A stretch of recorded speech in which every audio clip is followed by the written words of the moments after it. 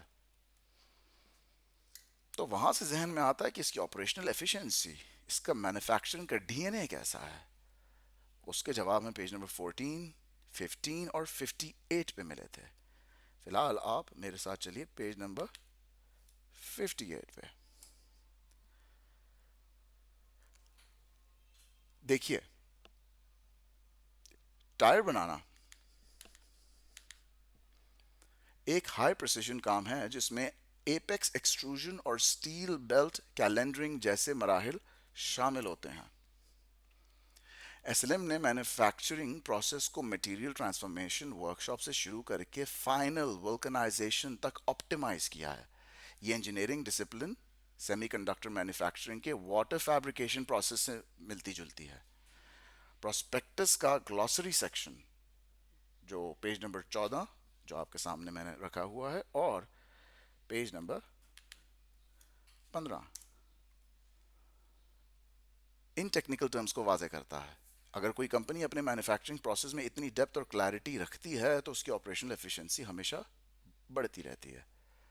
یہی intellectual honesty ہمیں investment سے پہلے تلاش کرنی چاہیے. لیکن سوال تو پھر بھی آتا ہے کہ ایس ایل ایم کا مینوفیکچرنگ پروسیس ماڈرن بھی ہے؟ تو دیکھیے اس کا جواب ہے کہ 100% بالکل ہے. یہ آل اسٹیل ریڈیل ٹیکنالوجی استعمال کرتے ہیں جو ٹائرز کی ٹاپ ٹیئر انجینئرنگ میں مانی جاتی ہیں. یہاں سے ہم چلتے ہیں اگلے پوائنٹ کی جانب، یعنی اس کا را مٹیریل سپلائی چین اور اس کے رسکس، جو ایک بہت امپورٹنٹ فیکٹر ہوتا ہے. تو اس کے جواب میں ملے تھے پیج نمبر 48، 91 اینڈ 267 پہ. چلیے میرے ساتھ ان پیجز کو بھی ذرا ڈائسیکٹ کرتے ہیں. انٹلیکچوئل آنیسٹی کا تقاضا ہے کہ ہم رسک پر بھی بات کریں. ایس ایل ایم کا را مٹیریل جیسے نیچرل ربر اور کاربن بلیک زیادہ تر امپورٹ ہوتا. تھائی ہوا ربر، تھائی لینڈ جیسے وینڈرز کے ساتھ ان کا انحصار ہے جو گلوبل کموڈٹی پرائس اور والیٹیلی ایکسچینج ریٹ رسک پیدا کرتا ہے. پراسپیکٹس واضح کرتا ہے کہ را مٹیریل کی سپلائی میں ڈسرپشن کمپنی کے مارجنز کو متاثر کر سکتی ہے. سیمی کنڈکٹر انڈسٹری میں بھی سلیکان اور کیمیکلز کی سپلائی چین اسی طرح کرٹیکل ہوتی ہیں. اس لیے انویسٹرز کو سپلائی چین ڈائیورسفیکیشن کا پلان ہمیشہ چیک کرنا چاہیے. تو وہاں سے ذہن میں سوال آیا کہ کیا S L M raw material کے لیے صرف ایک ہی وینڈر پر ڈپینڈ کرتا ہے؟ تو اس کا جواب ہے کہ نہیں. ان کے پاس تھائی لینڈ، چائنا اور ملیشیا کے متعدد بڑے وینڈرز ہیں. تو وہاں سے پھر ہمیں اس کے ویلیویشن انالیسس کی طرف چلنا چاہیے. اس کا فلور پرائس ورسز ریالٹی کو ذرا سمجھنا چاہیے. اس کے ہمیں جواب ملے page number 121 and 122. Page number 121 کو ذرا دیکھیے. ایس ایل ایم نے اپنی فلور پرائس 14.25 پی کیا رکھی ہے. اس ویلیویشن کو جسٹیفائی کرنے کے لیے کنسلٹنٹ نے discounted cash flow D C F اور free cash flow to firm F C F F models کا استعمال کیا.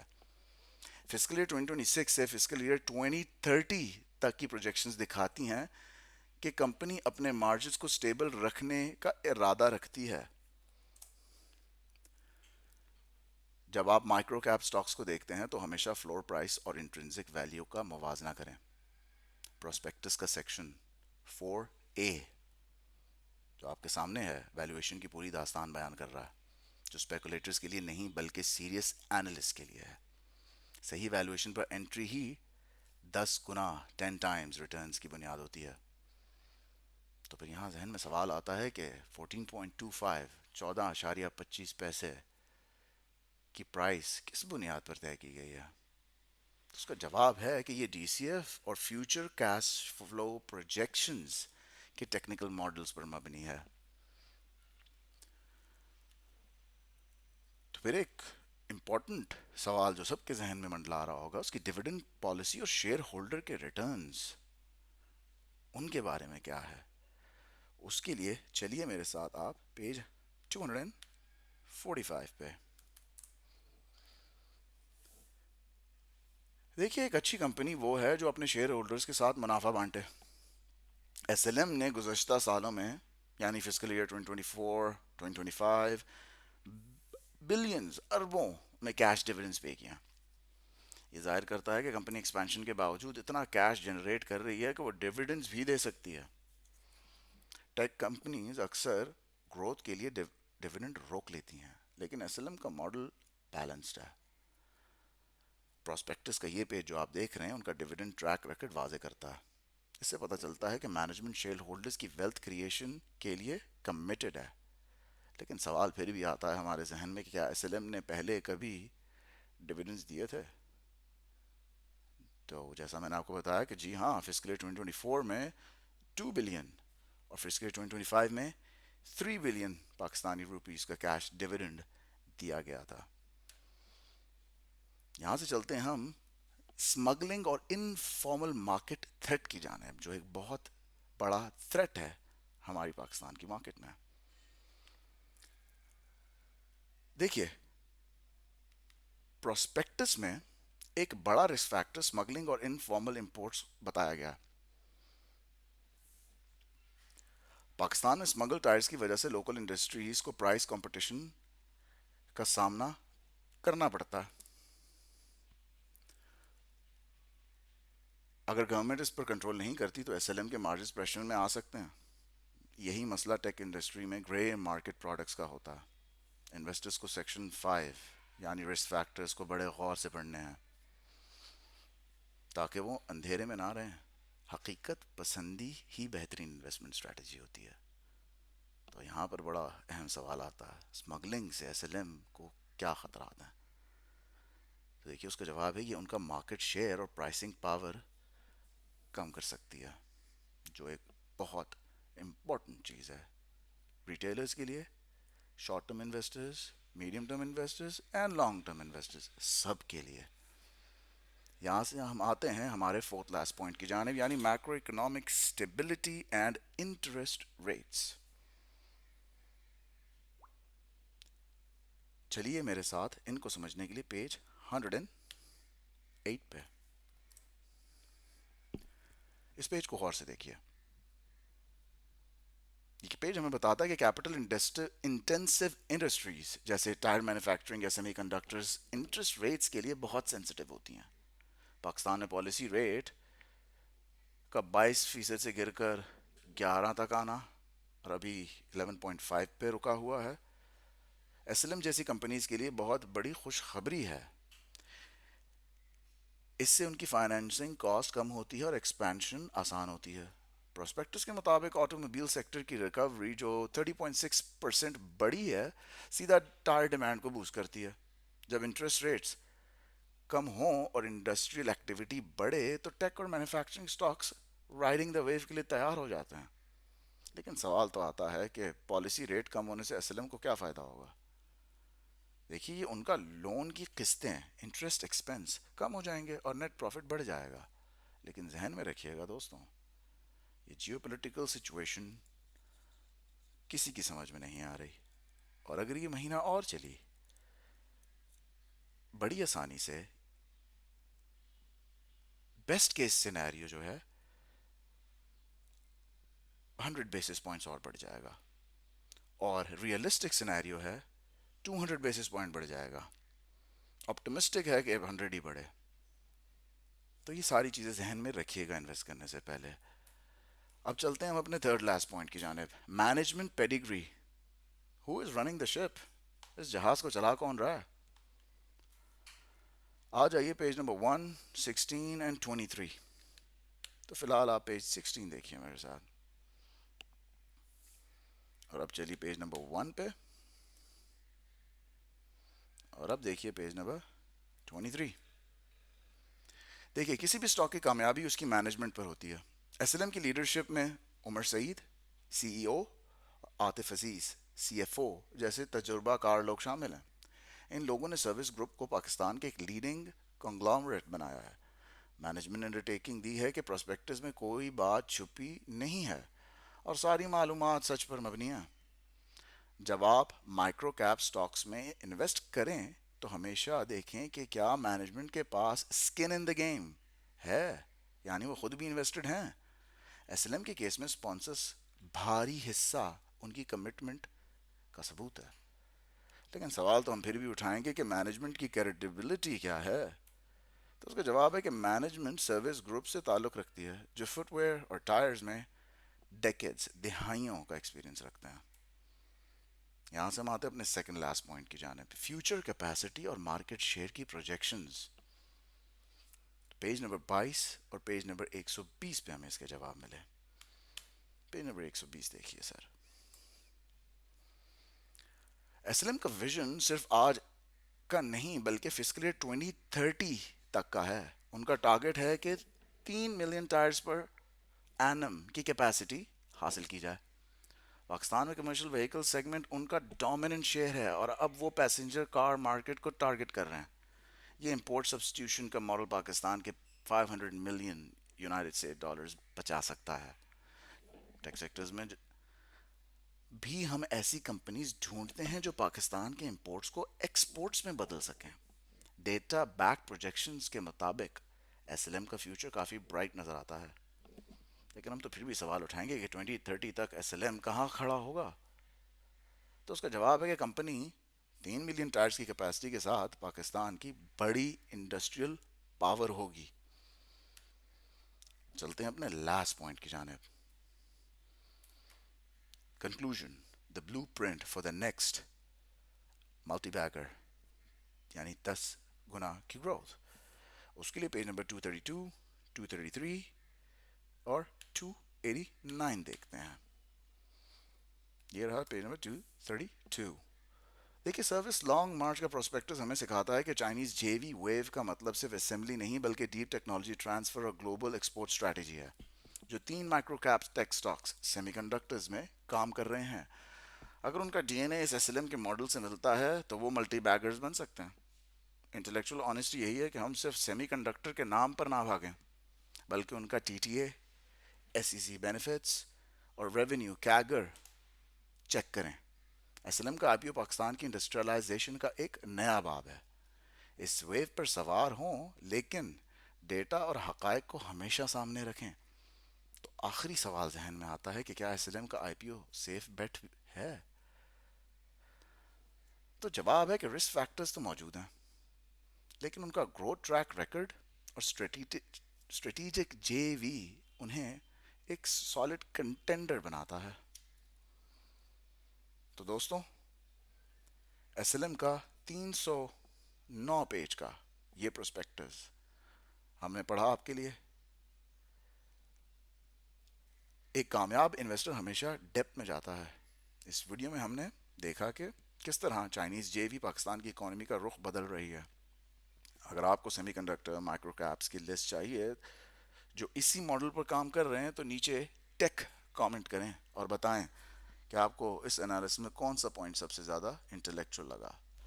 Don't forget to like, subscribe for more evidence based dissections. Thank you so much. Allah Hafiz. Happy trading.